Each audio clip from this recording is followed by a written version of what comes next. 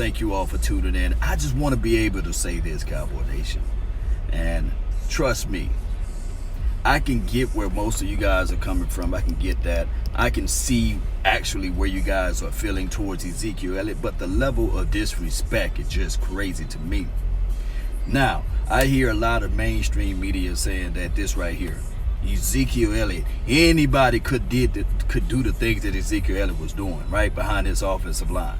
And those are people that just really don't watch the tape. The last time this Dallas Cowboys offensive line been all intact, I can say this 2014 maybe.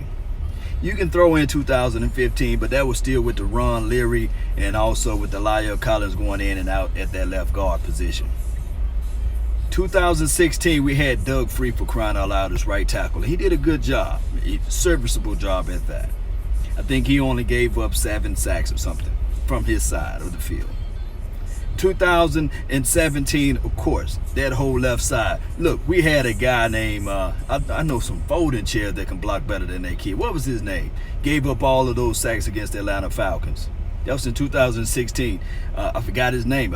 Green or something like that. Chad Green. I forgot his name. Put his name in the comment box or the chat box, depending on which platform you guys are watching. And then that's the year that also my guy, Tyron Smith, had his shoulder all jacked up and his elbow and everything. Back was all everywhere. And then last year, of course, we didn't have our starting center. And we still had other issues on the offensive line. Left guard was hurt. Zach Martin got hurt last year as well. So people miss me with, oh, we the best offensive line in the world. And this is the best offensive line. You can throw any running back there and he can do the things and he can do the productivity and he can do the production that Ezekiel Elliott is doing. Remember, if you guys don't take anything from me, at least take this from Nietzsche. Don't spoil what you have by desiring the things that you don't have. Because remember, the thing that you do have was something you wish for, long for. Now, everybody's saying that, okay, we did good with DeMarco Murray. What was DeMarco Murray's problem? He liked to play basketball with the football. He couldn't stay healthy. Name me a time. Yeah, Chaz Green, man. Appreciate you, man, that's in the chat box. Chaz Green, boy, I know some folding chairs in Natchez, Mississippi that can block better than Chaz Green. But what I was about to say about DeMarco Murray, he stayed injured. Yes, he was a 3rd round draft pick or what have you. I think he was a 3rd round. Correct me if I'm wrong. But these little issues, Cowboy Nation, stop being like a bratty little spoiled kid and looking at, oh, look at what Ty Gurley is doing behind his offensive line. Look, don't you guys realize that we had a guy that's playing checkers instead of chess? His name was Scott Linehan. Look, we had those same issues with DeMarco Murray. He was even saying that, look, I know the plays that they were about to do before they was going to do it when he went over there to Filthy. I know what the Cowboys are going to do because they're doing the exact same plays when I played for them. Just a reality bubble. Stop being disrespectful to Ezekiel Elliott. Now, for those fans that's out there who say, hey, I can't stand Ezekiel Elliott and I wish the guy was off the team, I feel you. I feel you on those angles of his off the field situations. Is he making the right and proper decision? No, he's not making the right and proper decision. But I can guarantee you my bottom dollar, if he'd have played for the Cleveland Browns or any other team who would never been suspended. Let's be real about it, Cowboy Nation. Let's be real about it. Stop sitting there saying that we can grab any running back and put them behind his offensive line when, for one, we've been playing musical chairs with the offensive line coach. We can say that. We have an offensive line coach who's pretty much in development last year, jumped right into the middle of the year, and now he's the head offensive line coach, which is cool. But think about this. Running backs, they got to pick their lane. They got to understand the flow and the nature of what the offensive lineman is trying to do. And if you start playing musical chairs, of course your continuity and your consistency will not be there. I don't care who you put back there. Look, one of the greatest running backs I got a chance to witness was Barry Sanders. He can make 2 yards look like butter, baby. He can make it look smooth. And people will say, oh man, just give him an offensive line. But I will say this, Cowboy Nation, his whole offensive line wasn't trash. I believe they had a guy named Brown, Loomis Brown. I think that was one of the guys' name. I think he's a Hall of Fame. But people would take that one particular narrative and they'll run all the way to the bank with it and say, well, the Cowboys got the greatest offensive line of all time and he should have 3,000 yards worth of rushing. But they fail to go back and look at the tape. They fail to go look back and see Connor Williams, 290 pounds out there, getting picked up, thrown everywhere. Yes, he's technical sound. He got the techniques and things, but he getting moved around like loose furniture. Then they throw in Xavier Suafilo, and then the whole time that we had a center that probably would not make it on other people's team. Shout out to Joe Looney. He held that spot, and I got the center position leveled as with the second hardest position to learn in the National Football League. If you don't believe me, for those who play football, they can tell you that center position is nothing to sneeze at. You touching the ball 100% of the time as the center. You're supposed to be able to pick up the mic, know your zones and reads, knowing how to play your leverages right on time. Especially if the opposition is playing a 2-gap or a 1-gap system, you got to be able to get that head around on the swivel. And also in certain situations, you will have to be able to pull. It's a story of a different day. But I will hear all the time, oh man, Ezekiel Elliott is trash. Go back and look at the tape, Cowboy Nation. And for the whiny fans out there, especially the fickle fans that's out there, go back. I encourage you to watch some of those game films and pay attention to that offensive line. Just pay attention to it. Let me know how many times you saw that this offensive line was healthy, full intact.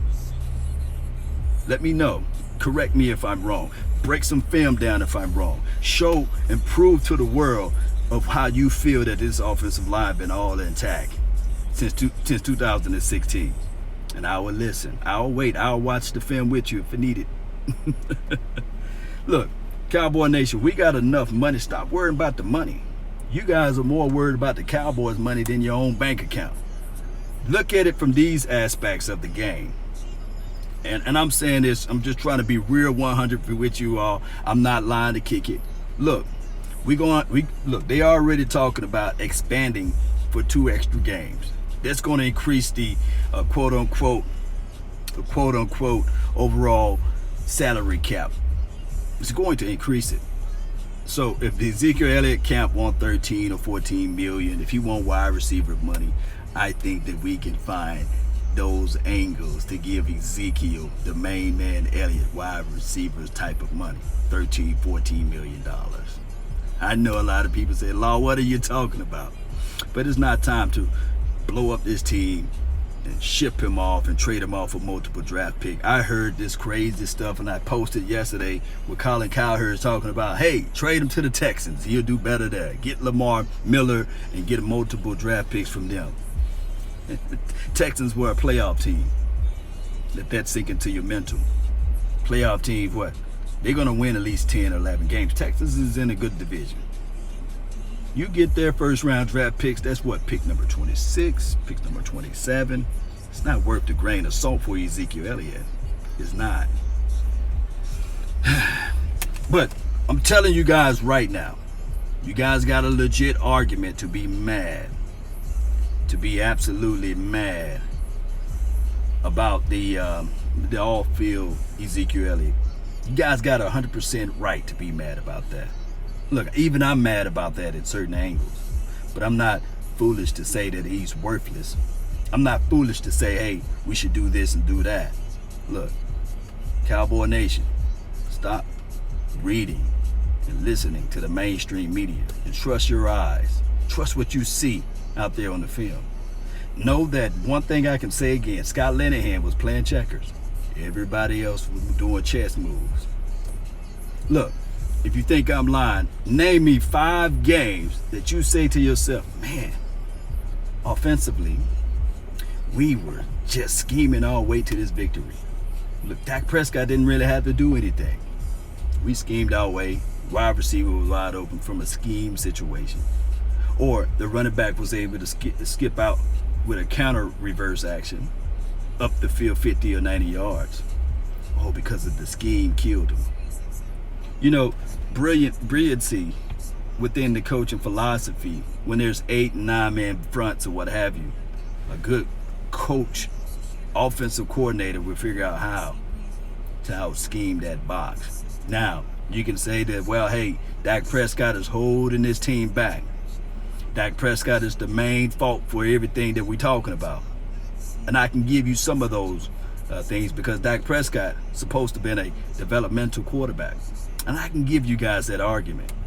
But still, there should be some level of brilliancy with the scheme, with the philosophy. But no, our philosophy is, hey, we're going to line our big dogs against your big dogs, and we're going to take the will away from you, and we're going to continue to penetrate, regardless of what the outcome is, and our best ability should be that we can outperform you out there on the field. It don't work in the National Football. It might have worked in the 80s and the 90s, but it don't work in the modern days because now you can scheme. Think about this, and I'm not saying that the Rams offense is the best in the world or what have you, but the reason why they saw less 8 and 9 man fronts in the box because they kept motion guys. They kept moving people out of the situation. They kept giving them smoke and mirrors, flipping this thing around. Yes, that's true. I can't read your name; it's too blurry on my screen there. But that is true. I was able to read the comment. This offense is more explosive. Breaking news. Yeah, this offense is more explosive with Kellen Moore opposed to the old regime. And I'm thinking this coming from the defensive players. They saying that, look, man, it's hard to even stop this offense because they throwing different things at us. Now, it could be a lot of tongue in cheek, and we'll know down the line. But what I'm saying is that, yeah, look, the potential has always been there, right? I mean, we always had the dynamic running back. We had the explosive wide receivers like the Dez Bryants in the past. And now we have several. Amari Cooper. We have the Michael Gallups of the world. And then also we have this other guy named Randall Cobb. And then if you throw in the other receivers out there, even the Devin Smith kid. Don't sleep on him. I hope I said his name right, Devin Smith. I talked to him when we was at this Travis Frederick's what was it? Travis Frederick's charity event. I talked to Devin Smith, and he said he wears number 15. Look for him out there on the field because he feels that he's more healthy than he ever been. Shout out to Ohio State. So it's going to be exciting, man. It's going to be exciting. Shout out to Eastside Harold, man. Look, my thing is with Eastside Harold, I know you're a diehard Texan fan, and shout out to Kiki QT, man. I hit him up the other day. His uncle came into town or what have you. Look, this is the thing. The Texans are a good team. They got explosive weapons on the wide receiver side. I love the quarterback play because Watson, a lot of people, don't give him his credit, which is his credit that needs to be done. He's one of the better quarterbacks in the league or what have you. They are a good team. But guess what? This year, my Cowboys are better. And we will see. I wish we can meet you guys again in the playoffs. I mean, well, it would have to be in the Super Bowl. But I wish we can meet you guys in a real game opposed to this Governor's Bowl or what have you. But if you look back at that game, scheme wins it for you. Yes, Kellen Moore was a coach's son, so he has some football intellects. Yeah, I agree. I can't read your name. I can't see it. They made it purple today. But it is what it is, man. Look, y'all keep that trade talk of Ezekiel Elliott out your mouths, man. It's not going to happen. It should not happen. Let Ezekiel Elliott get his second contract. Let us go ahead and pound and grind. And then also, let's put that on your mind that we got Kellen Moore out here. He's going to call a better offense for this offense, especially when you add into the fact. Appreciate you, David. Appreciate you, man, for the donation to help grow the nation, man. Appreciate you. Let my guy clap it out. Yes. Appreciate you, man. And this offense is going to be a whole lot better. Even if you're talking about, hey, if Ezekiel Elliott, if you have the feelings and the notions in the small parts of your mind that Ezekiel Elliott can't bring everything to the forefront because he might get injured because of the level of touches he got. Look, we got a guy named Tony Pollard. Look, the guy name on his Instagram handle is the Playmaker. Y'all get ready for those plays to be made out there. Cowboy Nation, that's all the time that I have for right now. I really appreciate you all. I really do. But all of the whining fans, stop being disrespectful to Ezekiel Elliott, the path of the righteous man that's beset on all sides by the iniquities of the selfish and the tyranny of evil man. But blessed is he that is in the name of charity and goodwill shepherds the weak. through the valley of darkness. And I'm telling you guys right now, we finna climb up out of that darkness. And you guys already know that Ezekiel Elliott, if it was not for Roger Goodell's and his foolery, if Ezekiel Elliott didn't play for the Cowboys, then he wouldn't have been suspended for 2017. Let that sink into your mental. And we would have had the NFL rushing leader for the 3 years in a row that he deserved. This year, rushing leader again. Even with the split carries, if possible, if Tony Pollard can get out there and show that work action, still going to be on top, baby. Still going to demand that 8 and 9 man box. And then on top of that, we got guys that can take the top off the defense. Named Tony Pollard, he put him back in. Tavon Austin, as my boy Stephen Jones and Jerry Jones call him Tavion. Michael Gallup is going to be better. Amari Cooper is going to be this is going to be crazy, Cowboy Nation. That's been my time. I really thank you all for yours. And remember, you're listening to nothing but the best. Salute. I'm out. Peace.